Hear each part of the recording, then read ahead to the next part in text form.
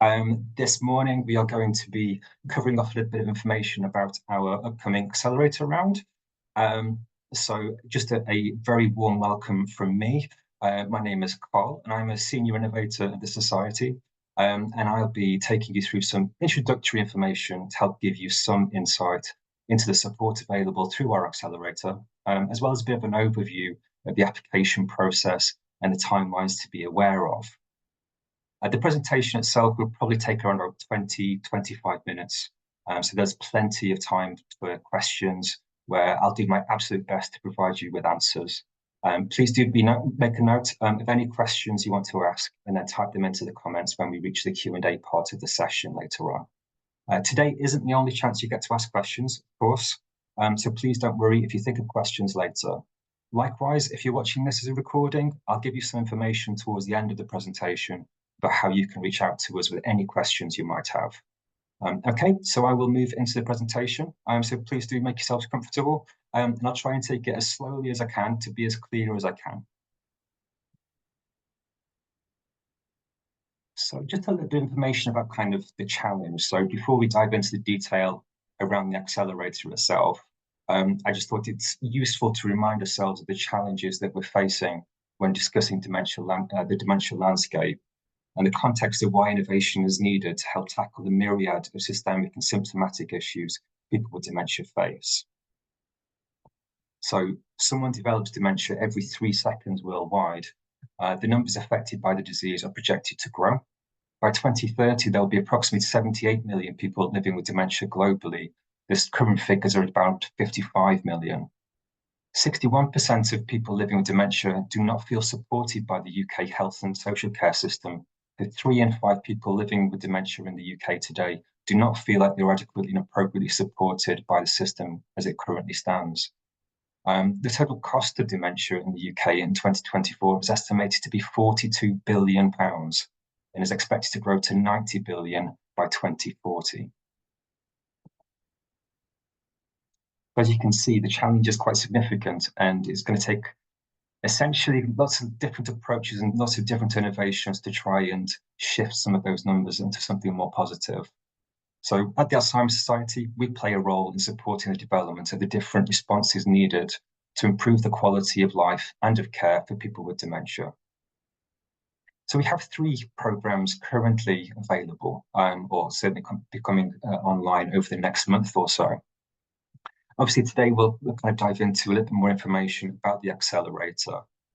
So just a quick overview. Our Accelerator is about early investment for up to £100,000 for innovators and innovation teams. And our focus with the Accelerator is a go-to-market strategy. And again, I'll go into more detail about what go-to-market means later in the presentation.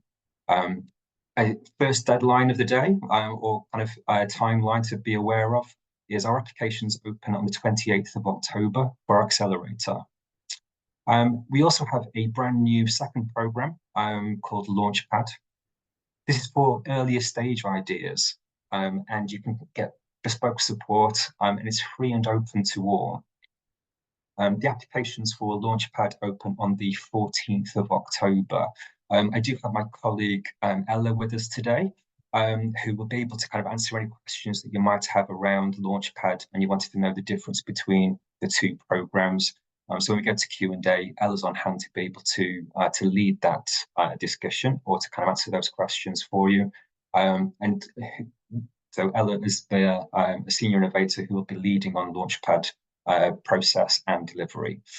So absolutely, if you feel that you're not right for Accelerator, you're not quite there yet, please be on hand, because Ella is around to be able to kind of answer any questions if you feel that your idea is at an earlier stage and Launchpad might be appropriate for you. The third program that we have available is the Dementia Innovators program through the NHS Clinical Entrepreneur program. Lots of programs in that particular blurb. And this is for ideas of absolutely any stage, but is dedicated to NHS and non-NHS health and social care professionals. So certainly need to be working in the field or related to it. And that application's open for that particular program on the 1st of October, so not too not too far now, and that is open for the whole month of October to apply. So if you are an NHS, a health and social care professional, whether in the NHS or not in the NHS, that might be a program that is something you're interested in going for. So through our work, our aim is to get products into the hands of people who need them most and to have a product for every person at every stage. What we'll cover during this introduction to the Accelerator today, there's broadly 4 parts to the presentation. Firstly, we'll take a look at the intention of the Accelerator and the support that's available for innovators who become our members. Part 2, we'll explain some of the key eligibility, as well as an overview of the kinds of things we're looking for. In part 3, we'll give you a bit of insight into the information requested during the application process and how this is assessed in the judging phase. And then before we open up for Q&A, I'll provide a quick rundown of the key dates to bear in mind if you're looking to apply to our next round.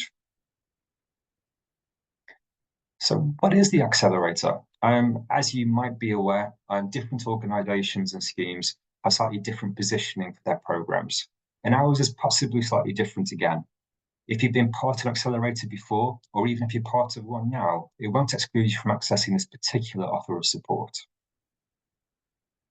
Where our Accelerator may differ from others you've seen, or maybe ones that you're already kind of part of, is that we very much focus on a go-to-market and implementation stage of your innovation, your product development. And we offer direct early-stage investment funding, which, like I say, is maybe slightly different to some other Accelerator programs that you've seen around. On the screen there, you've got kind of our principal objective through our Accelerator is to support you, your businesses, your teams, to bring products to market that can make a difference to the lives of people living with dementia. So very much our focus is kind of that end user and improving the quality of life and care for people living with dementia. We have an investment package, and that investment is a commitment to you and your solution. We act as in partnership. You're not our participants on our program. We are definitely much kind of in a partnership approach to bringing these products to life. We have a portfolio. So we've been delivering this program for around about 5 to 6 years now, and we support teams and their products across the spectrum. As I've mentioned already, our aim is to bring a product for every person at every stage. So that relies on a diverse portfolio of offerings. Also, the duration is the Accelerator delivered over a period of up to 11 months, from May next year to March 2026. But the support goes beyond that. Again, I also have my colleague Michelle on the call today. And when we get to that point of the presentation, I'll invite her to kind of give a bit more information about any post Accelerator support for you as well. So it's not just kind of the delivery duration during that time period. It is an ongoing investment and support for yourselves. So what can we support you with? Our principal offer centres around building a partnership with you as innovators. At the Alzheimer Society, we have a dedicated innovation team. We'll coordinate activity with you and work as your account partner. Most important thing to stress here is that every team, we recognise that every partner is going to be different, and their circumstances, their situations, the resources that they have, etc., are going to be different for each partnership that we enter.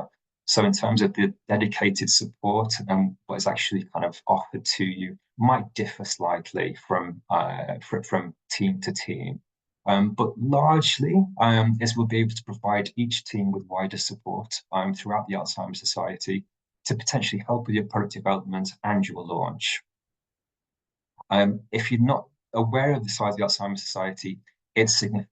Well, we've got thousands of people who work in the organisation across the country.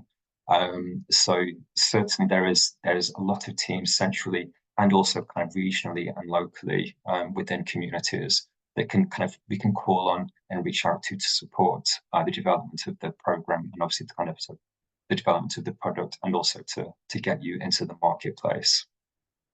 With that in mind, our support focuses on implementation. as I mentioned several times, is that the principal point of this particular accelerator is to be able to get you into market. So implementation is a big focus. And that will be kind of discussed with you at length if you're successful in securing a place on the accelerator. Our principal kind of goal is to get the solution into the hands of the people who need it most as effectively and as efficiently and quickly as possible. One thing which we do have as a great value add and probably is a kind of quite a fundamental part of our offer is we have a dedicated pool of volunteers through our innovation collective. This is a mixture of coaches, industry experts, organizational development specialists, who you might see kind of, I suppose, attached to lots of different accelerator programs out there. But we also have people with lived experience with dementia within that collective too. So it's important for us to enter a partnership with embedding people with dementia as part of decision making, giving them their voice and helping you to kind of steer activity and making sure that your products are, I suppose, effective and also kind of impactful.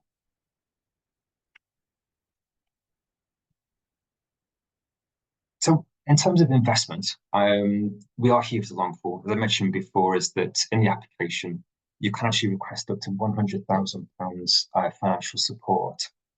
And we say that it's up to, obviously, you don't have to take up that full amount. It could be under that, but that's kind of the max available to each team that applies for membership onto the accelerator. And again, it might be slightly different to other programs. This is actually unrestricted funding and can be used for capital and staffing costs if needed and appropriate. Within the application, we do ask for a bit of an outline of that budget for this allocation. Again, we appreciate that circumstances change. So if you are successful and are offered a place, we'll revisit that budget. But in the application, we ask for some clarity on how you intend to spend that financial support. And there is a clear deadline for that budget to be spent, which is the 31st of March, 2026. What is it that we're looking for? In terms of, I think it's really important actually to stress at this point that we're not being prescriptive when it comes to the types of products and solutions that we're looking for. So whether you're digital and tech focused, or you have a physical therapeutic product you developed, or a clinical device, and what we're aiming to have is a really broad portfolio of products. So the impact and effects of dementia are incredibly diverse, and we understand that the solutions and responses to them need to be equally diverse. But in terms of who and what we're looking for to support through our accelerator, there are some general characteristics to fit the aims of the program. Here's a very simple overview of these profiles. So for the product, we're looking for some testing to be done or maybe kind of still ongoing currently, but there is an element of market validation that is completed.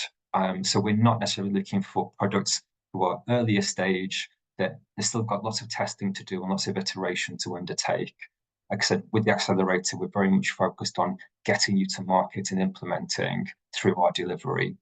So if you are earlier stage and you're still kind of validating your work, potentially Launchpad is a better route way to that development.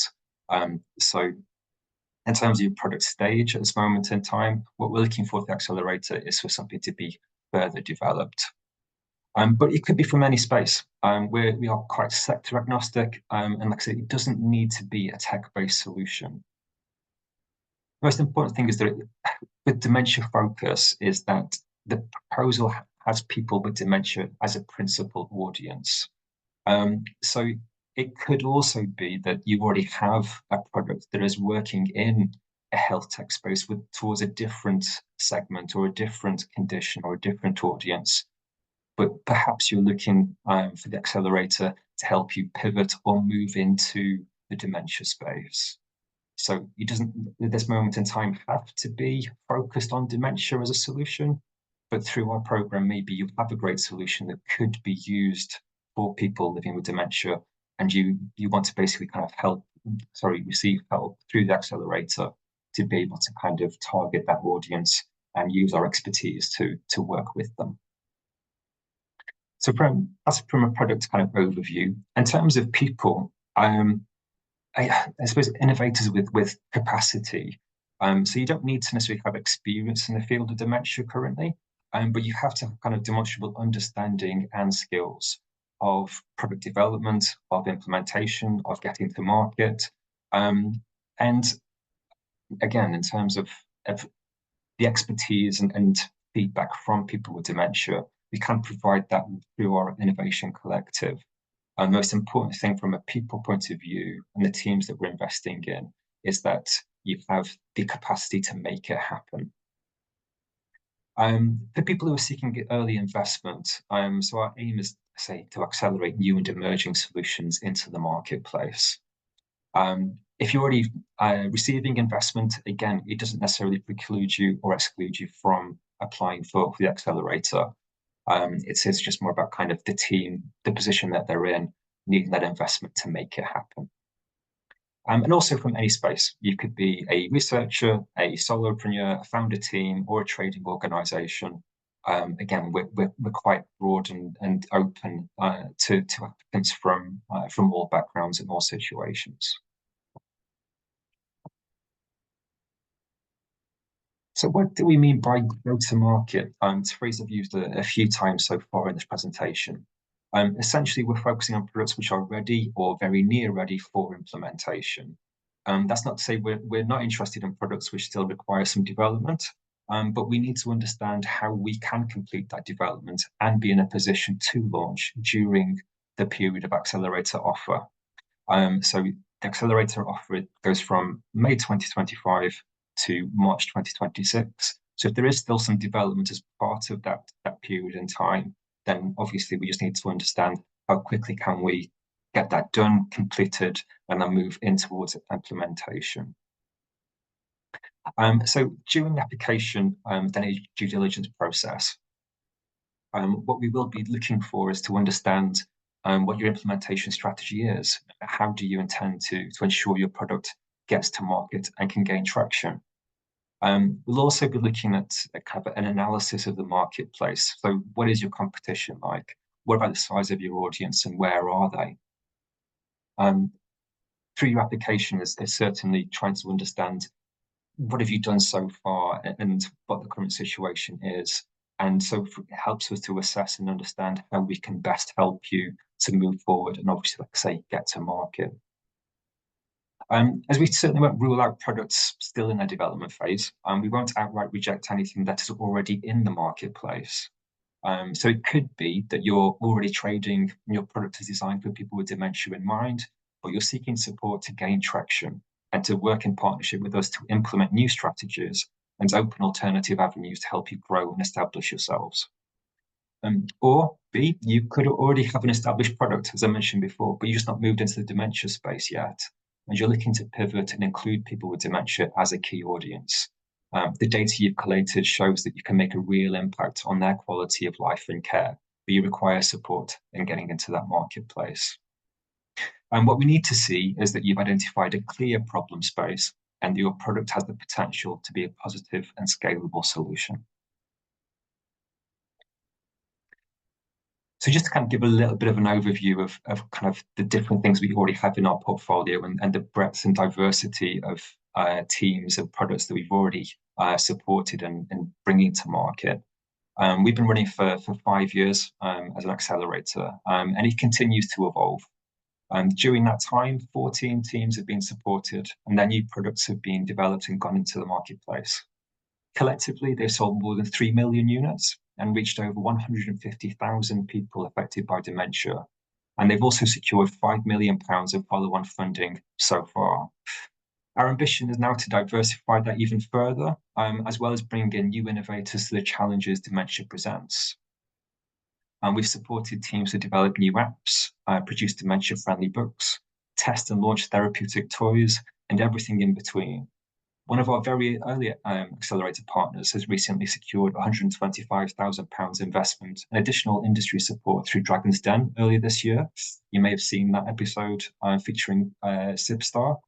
Whilst another continues to grow year on year as one of the biggest and most trusted hydration aids for people with dementia in the UK and beyond. And that's Jelly Drops that you can probably see on the screen there too. This year, our new partners include a university spin-out, Tasty Spoon, as well as developing a new program for a memory-based application through our partner Memory Lane Games. So more information about the portfolio can be found on our website. And after reviewing the portfolio and you see that there is a solution similar to your product, perhaps, you're probably wondering if you should apply. My answer is certainly yes. So absolutely we're looking for diversity within our portfolio. So the challenge is that if you do see something that's already being supported that is similar to yours, the challenge will be to show how your product differs and adds value to the current portfolio. So make sure that judges don't dwell on those similarities, but focus on where yours differ. Whether it's bigger, whether it's more effective, more efficient, focus on a different segment of the marketplace, whatever it is, just make sure that you're highlighting how your product is additive to that portfolio. I said I do actually have my colleague Michelle on the call who leads that kind of portfolio and post-program support. So if you do have any questions around the portfolio, then there is a chance for you to ask that question when we get to the Q&A, and my colleague Michelle will be able to answer that for you. Just some key notes about eligibility. There's not actually too many kind of restricting eligibility criteria when it comes to applying for Accelerator. Principally, you must be over 18, 18 or over, should I say, to be able to kind of receive the investment. You need to be based in the UK as well, and with the UK market as a principal audience for your solution. You must also be a business entity. This isn't necessarily a prerequisite for you to apply, but if you're not currently a registered organisation, you must commit to establishing one in order to be accepted. Because as I'm sure that you understand, we're not able to deposit investment funding into personal accounts. They do need to be professional kind of business accounts attached to a registered organisation. Not necessarily kind of eligibility criteria, but just to kind of reiterate in terms of, I suppose, to get through the sifting process, is that your product or your solution does need to have a good level of development. So this isn't for early stage ideas. And also we're looking for the potential for scale. And I put that in inverted commas because I also appreciate that it's not necessarily about kind of number of units and breadth of scale. It could be that your solution focuses in this quite niche, but is focused on a deep kind of health inequality issue. And you can really kind of resolve a significant gap within that system space. So your scale is actually about kind of diving deep and narrow and being more niche in that space. So it is very much about trying to make sure that you have a clearly identified problem and you've got a clearly developed product that can meet that need. So assessing applications. Our application deadline is currently the 6th of December. So we open for applications on the 28th of October, and it's a 5-week turnaround, I think it is, to the 6th of December. But once you've submitted your application, what happens next? I think it's good to give a bit of an overview of who will be reviewing and assessing that application, and also what criteria that you need to meet in order for you to be successful. So who is it that's going to be taking a look at the application information that you submit? We've got expertise across the organisation and our external networks who will review and assess. This allows the opportunity for a good cross-section of stakeholders within the dementia innovation space to inform the decisions and shape the work.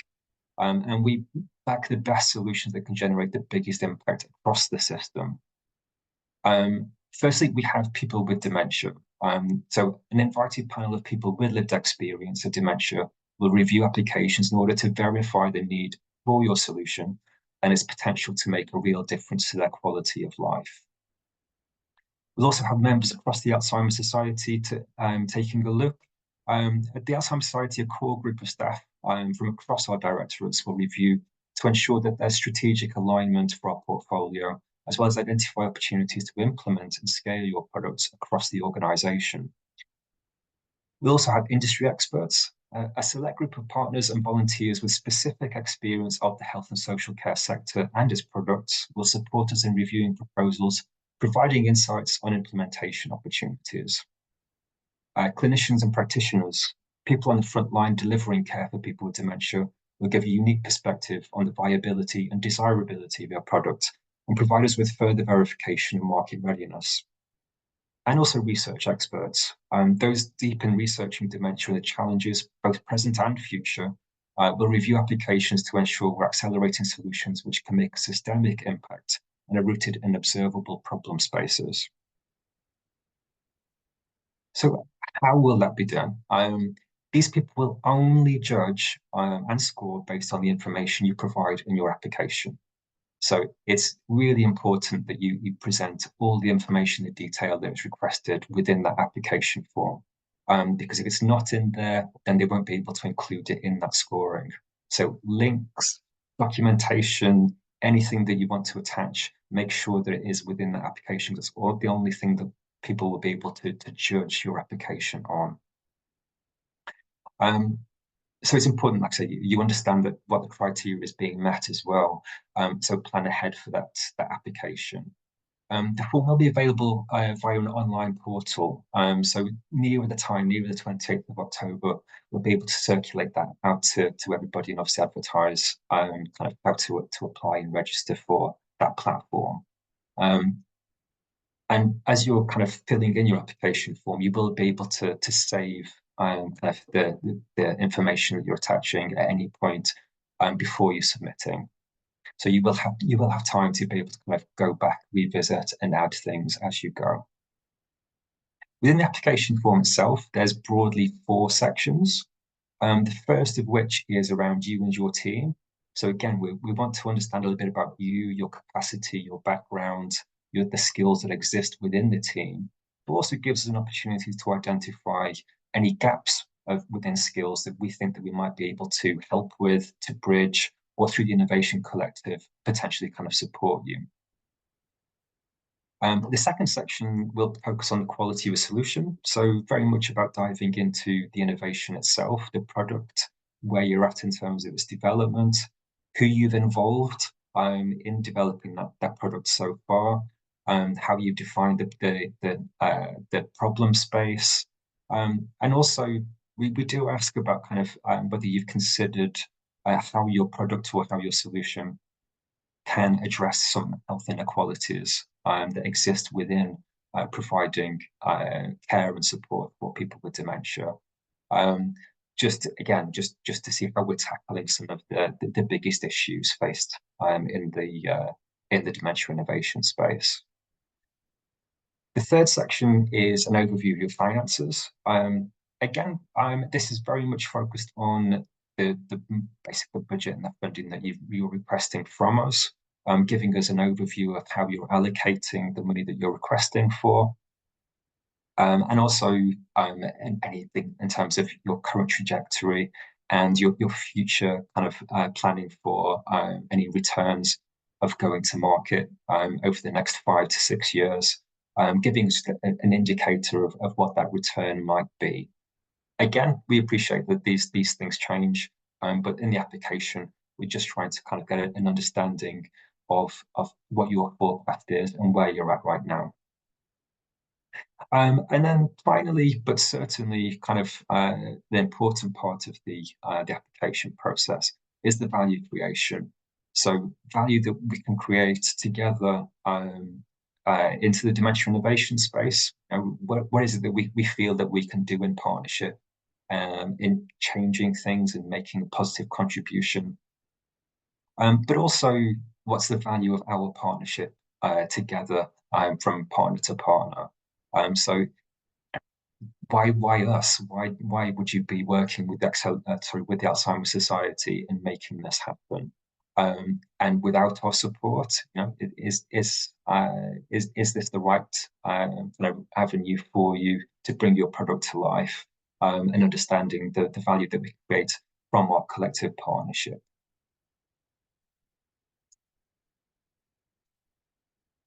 So in terms of criteria, we've got, again, four broad sections, which the judges will be assessing against.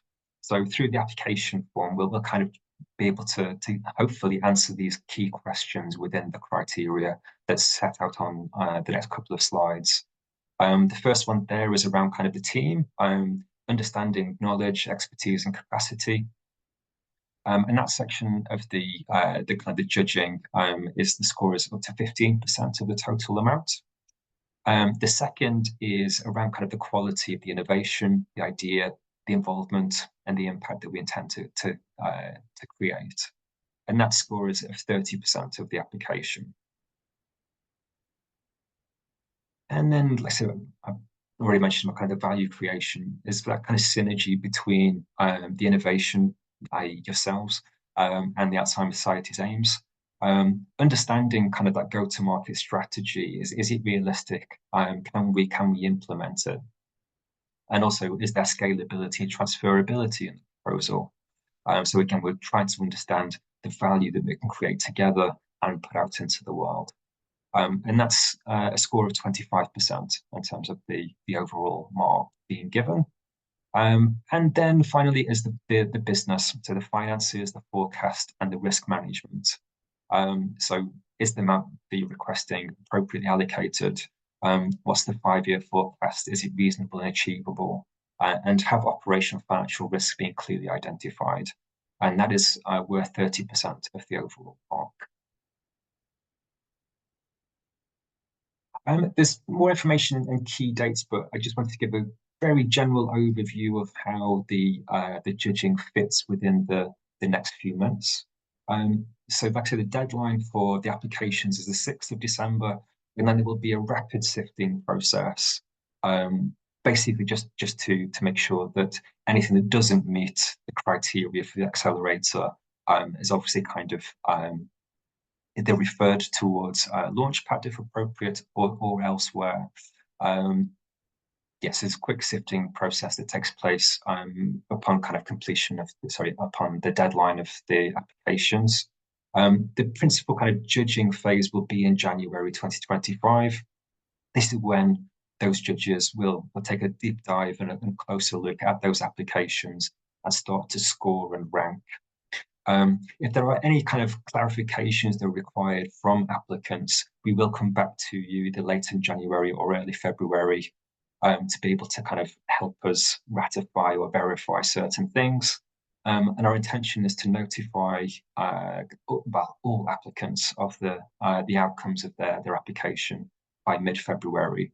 So our turnaround is relatively quick. We're trying to kind of make sure that people aren't waiting a long time between submitting applications and hearing back from us.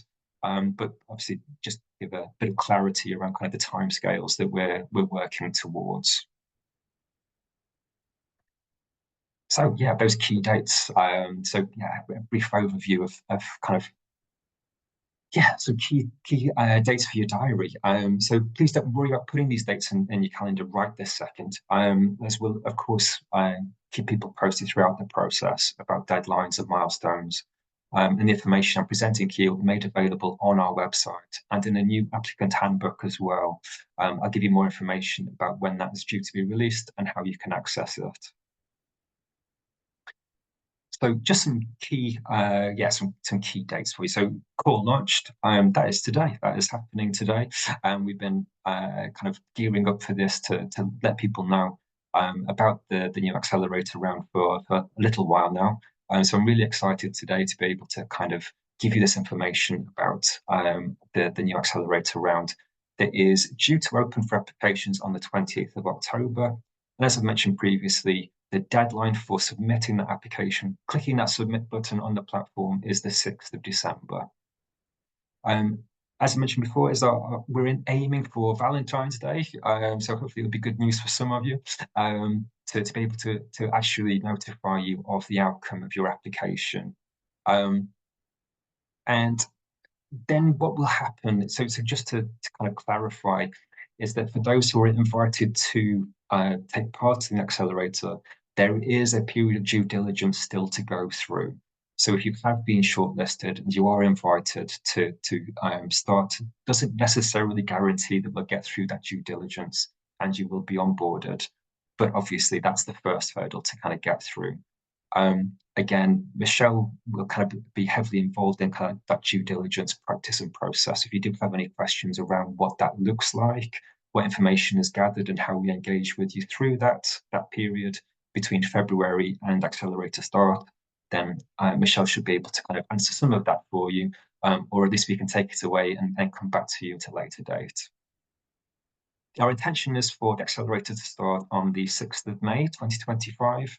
And that's hopefully when we're able to invite you to some key events, to onboard you, to get you connected into the Innovation Collective and our wider network, and start offering you some purposeful support. And like I said, is that our Accelerator ends, I put down the 31st of March 2026 here, but just to reiterate, that's the deadline for our delivery and our kind of, I suppose, more intense support offer. It doesn't mean that after that we wave goodbye and you don't hear from us ever again. We absolutely do continue to work in partnership with you as part of our alumni and as part of our ongoing portfolio strategy. I think I'm reaching towards the end, so I will be moving into Q&A very shortly. In terms of next steps, so do prepare your application. Again, portal opens on 20th of October, with the submission deadline of the 6th of December. There is an applicant handbook which kind of gives a little bit more information, perhaps than I've given an overview today. There might be some more detail in that handbook for you. There'll be a little bit of guidance again around the criteria, who is judging, what the processes are, etc. So do be sure to sign up to our mailing list and you can receive that handbook direct to your inbox. Any questions, you can always email innovation@alzheimers.org.uk and someone from the team will get back to you as soon as they can. Most important thing is to keep in touch. Give us a follow if you don't already on LinkedIn. We'll be posting quite regularly about our programs, not just the Accelerator, over the coming months. Giving you some kind of clarity and some information about what next. And obviously you can still continue to engage with us and ask questions throughout. Speaking of asking questions, now is probably what you've all been waiting for, is the chance to kind of ask away. And we'll do our best to answer. I've got Ella on the call with me today who can answer any questions around Launchpad if you wanted some clarity on that and whether it might be a better route for you.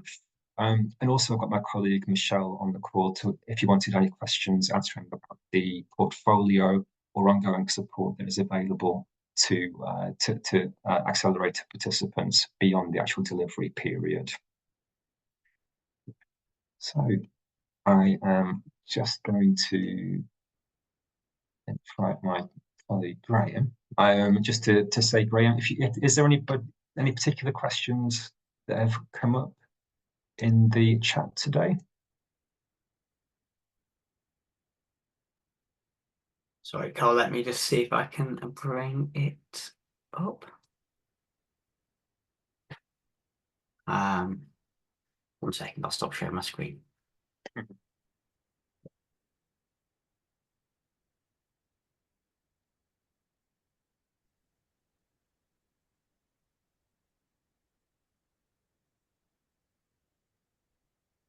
Whilst we're waiting for that, it's Ella here. I can talk a little bit about Launchpad if that's helpful.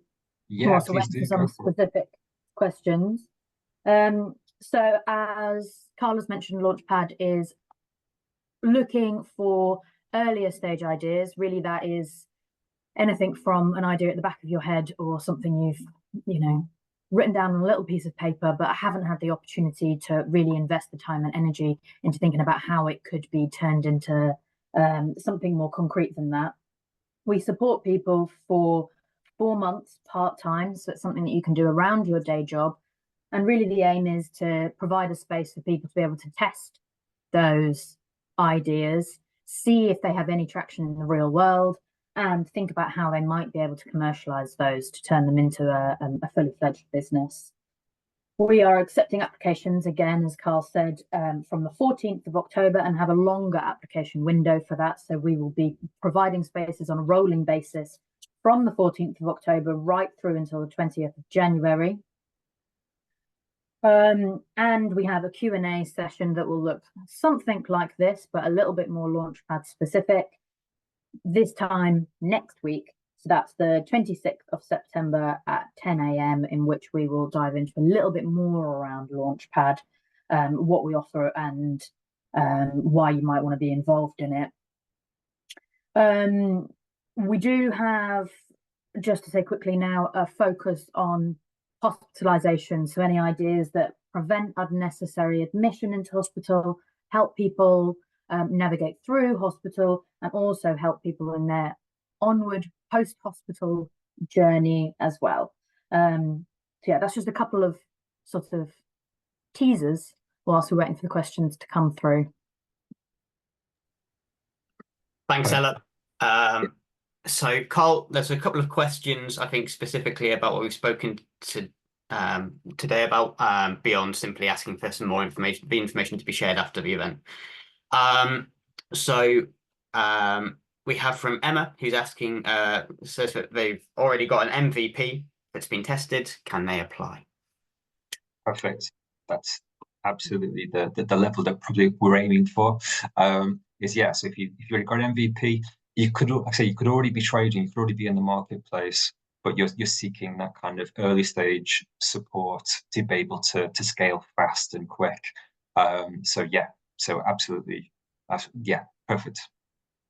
Fantastic. And Simeon is asking about the funding. Is it grant-based or is it in exchange for equity?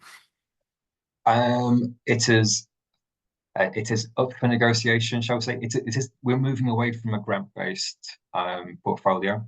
Is that it is very much about kind of our investment in terms of how that investment and getting a return on it is structured. Will be up for negotiation during the due diligence phase. I will actually just kind of bring in my colleague Michelle into that discussion, and maybe she'll be able to provide a bit more information and guidance. Thanks, Carl. Yes, we do look for a return on investment with our Accelerator programme, in terms of which we'll negotiate if you're successful.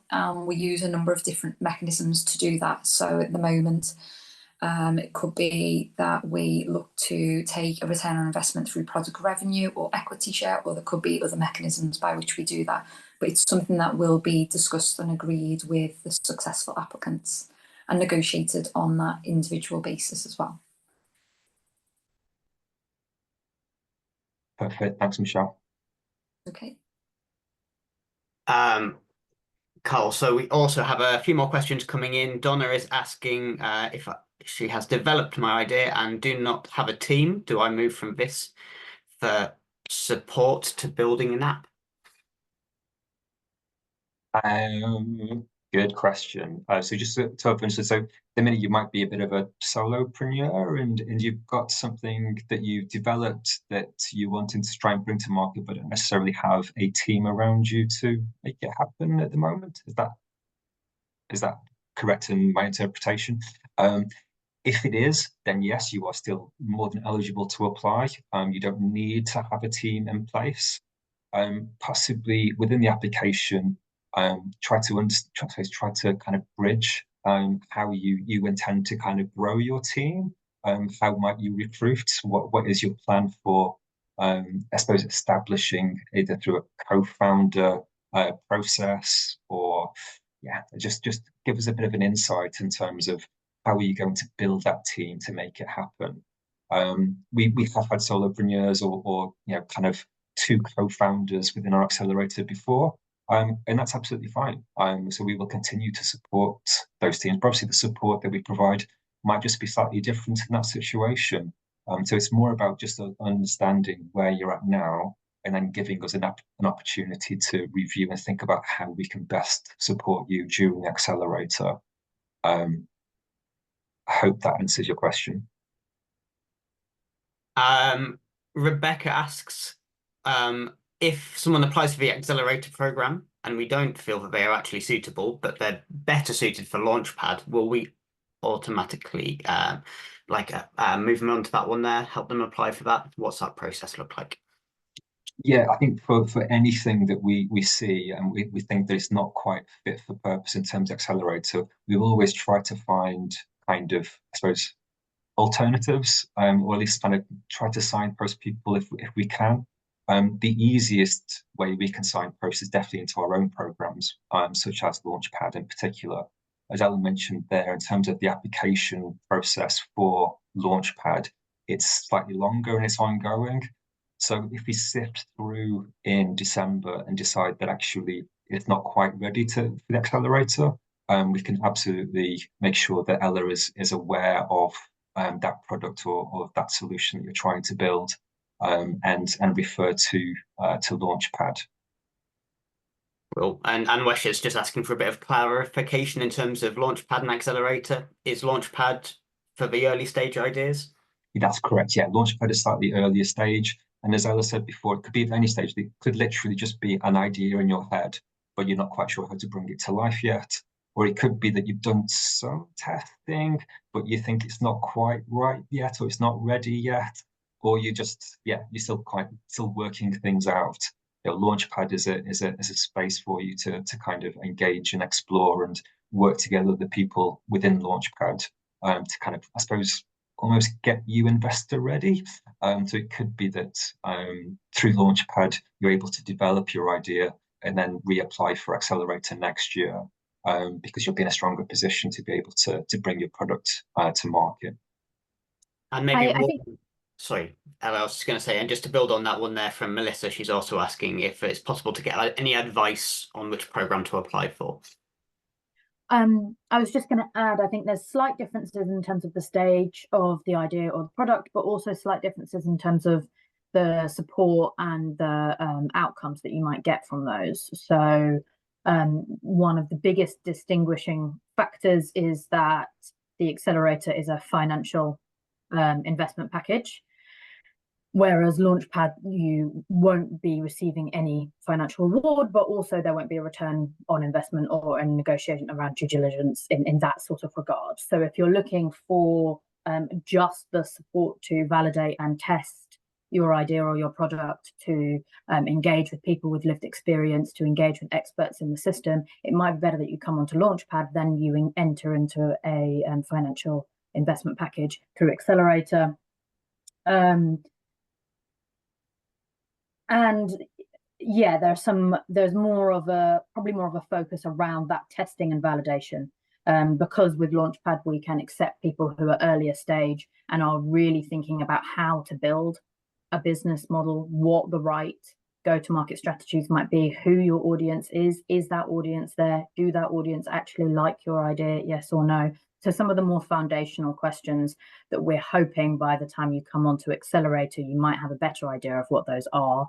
And we can, rather going from 0 to 1, we can help you, really implement that go-to-market strategy and get out and get your product into the hands of as many people as possible. I hope that's sort of extra clarification helpful. Fantastic, thank you, Ella. And I guess just in maybe one is more about the timing between the applications for both. Tony asks if you're not successful for the accelerator phase, will you be able to be considered for Launchpad? Will you be moved on to that, or will you have to apply for both programs separately? You won't automatically go through to Launchpad, but as Carl said, we'll be reviewing the applications from Accelerator, and those that we think show promise but are not ready for Accelerator, I will reach out to those people and invite them to apply for Launchpad. But you will need to also apply for Launchpad, if that makes sense. So I would encourage you, if you want to apply for Launchpad, I would apply for Launchpad first. I wouldn't wait until December.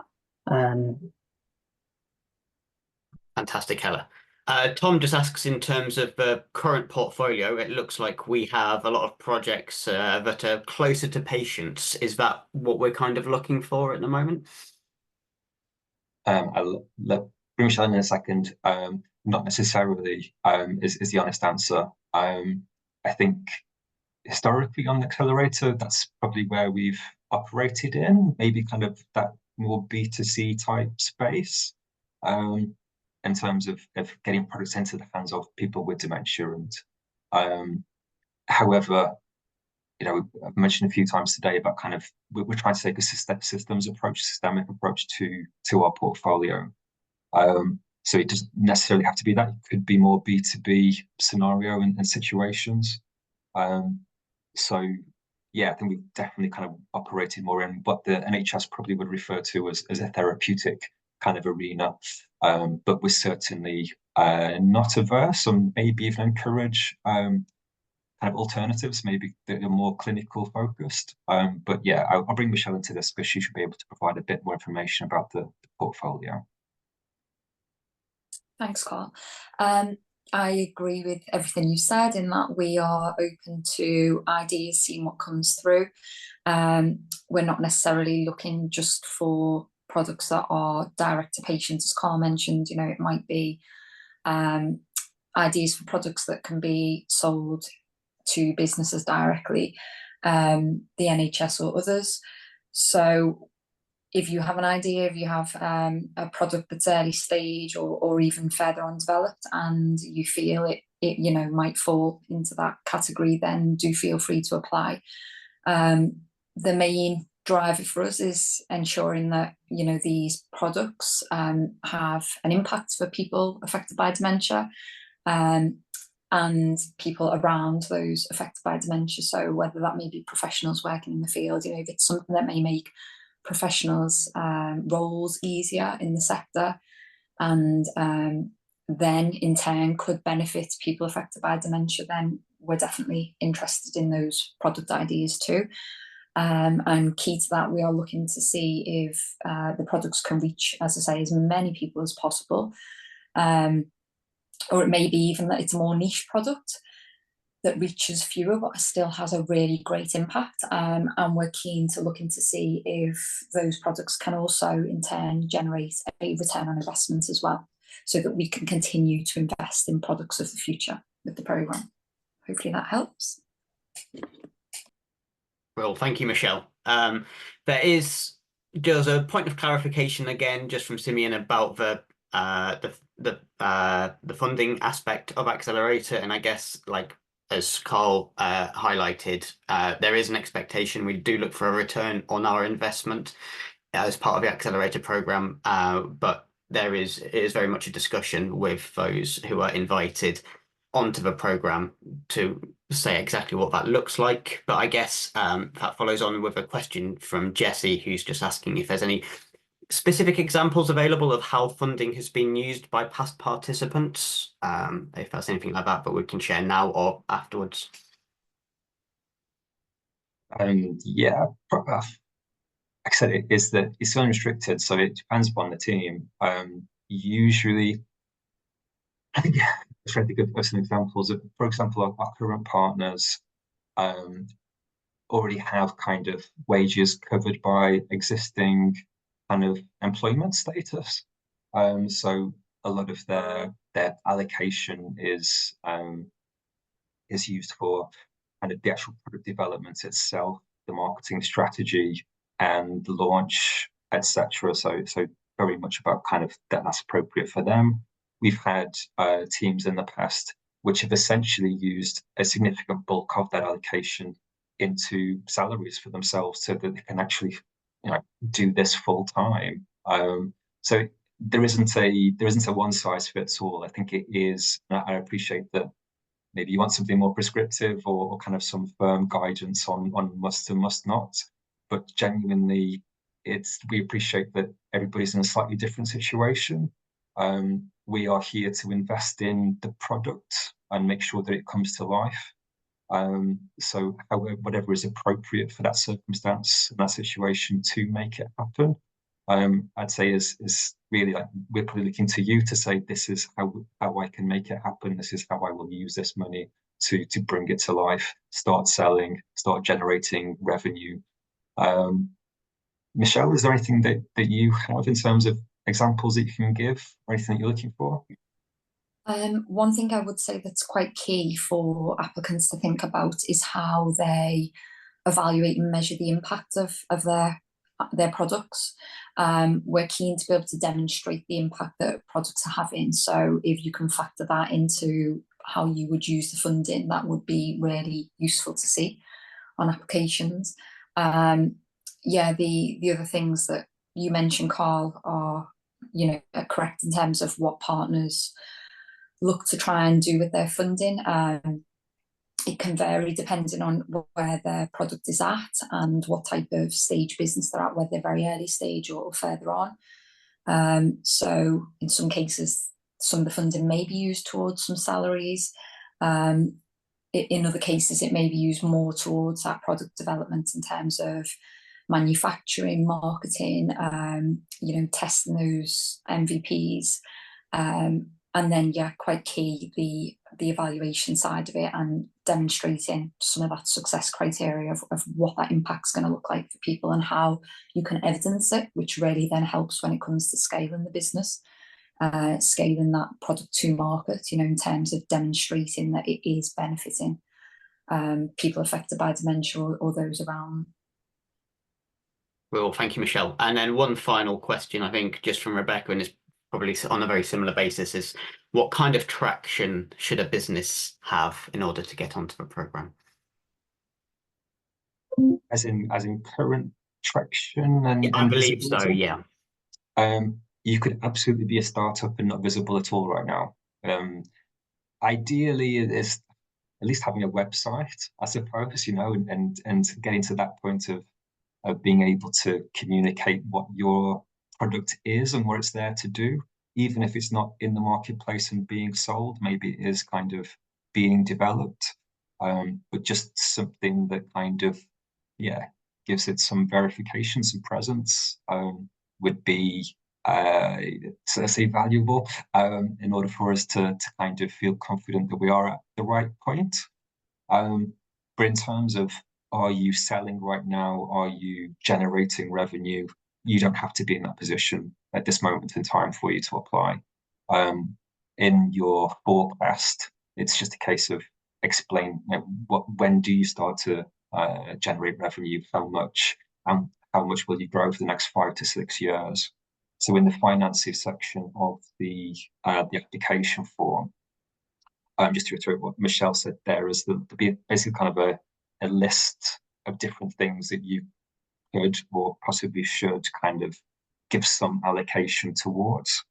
And some of that might be, say, marketing, some of it might be salary, some of it might be evaluation.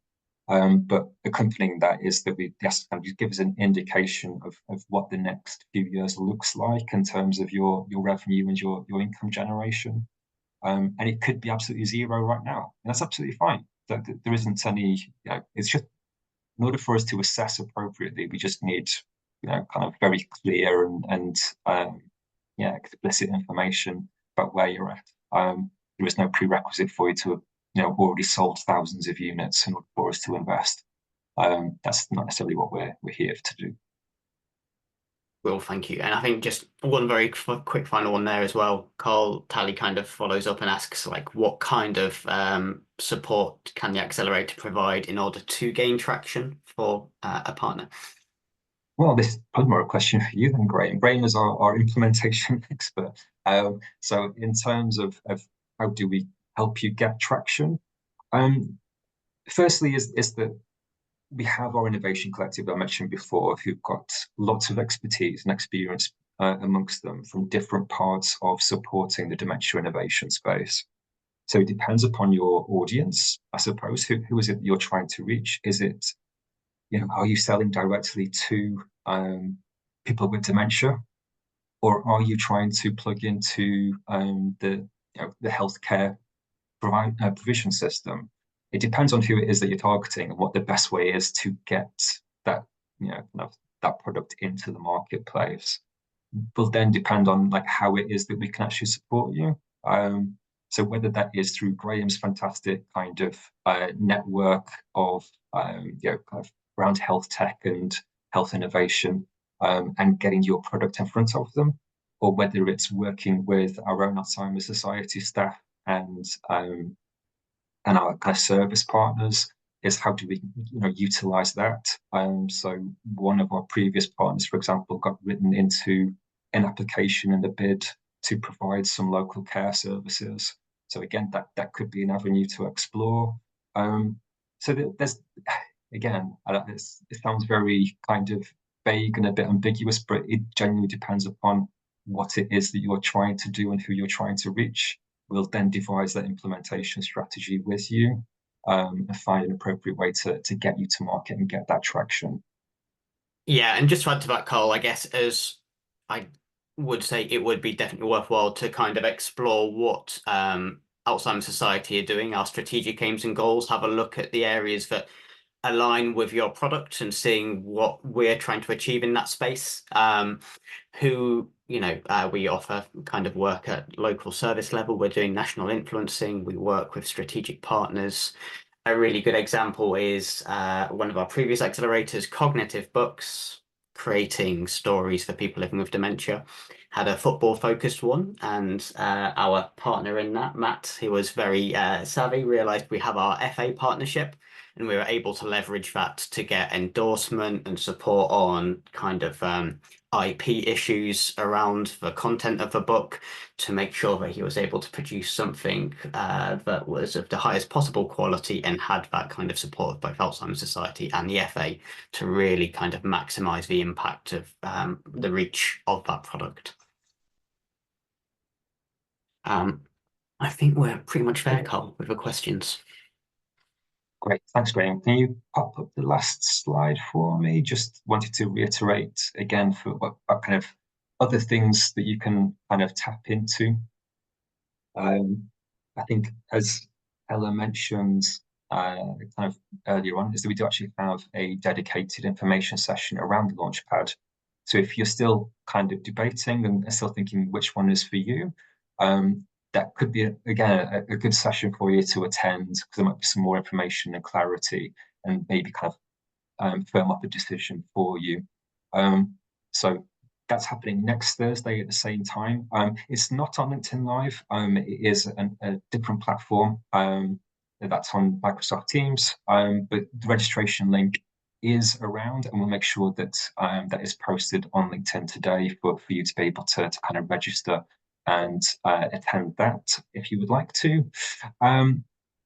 If you are in the southwest or near Bristol, on today is that we do actually have a clinical entrepreneur program, a networking event, and a session there. Again, if you look on our LinkedIn feed on the innovation teams page, you'll see further details about that, and the appropriate link for you to go and register or find out more details about that as a networking event. So relevant links and information about these sessions, so find our LinkedIn profile. Please do visit alzheimers.org.uk/innovation. And on that page, you'll be able to see I think it's pretty much in the top banner, a link there to sign up to our mailing list. And we'll be sending out plenty of communications over the next few weeks to be able to kind of keep you posted on things like the applicant's handbook being released, application deadlines, processes, etc. So there'll be plenty of opportunities to gather more information if you sign up to our mailing list there. So all it takes me, I think there was some practical kind of questions as well around slides, etc. Yes, very possible to be able to kind of make these available. However, I would suggest that the applicant's handbook is probably more appropriate. It will contain this information and other things as well, which may be more relevant to the application process. So certainly we can make these available, but please do kind of refer to the applicant's handbook. We'll also have an updated FAQ section on our website as well to be able to kind of provide a bit more information and guidance. You can always come back and listen to this if you have kind of a spare hour in your time. You can come back and listen and watch this presentation anytime that you want if you're on LinkedIn. Our intention is also to be able to make this recording available elsewhere. So if you have colleagues or the people you want to refer to this information session, but they're not on LinkedIn, we will be able to provide an alternative for you as well. So thank you very much for your time and your patience today. I hope that you found it useful, and also, more importantly, I hope to see your applications coming in November. So thank you very much.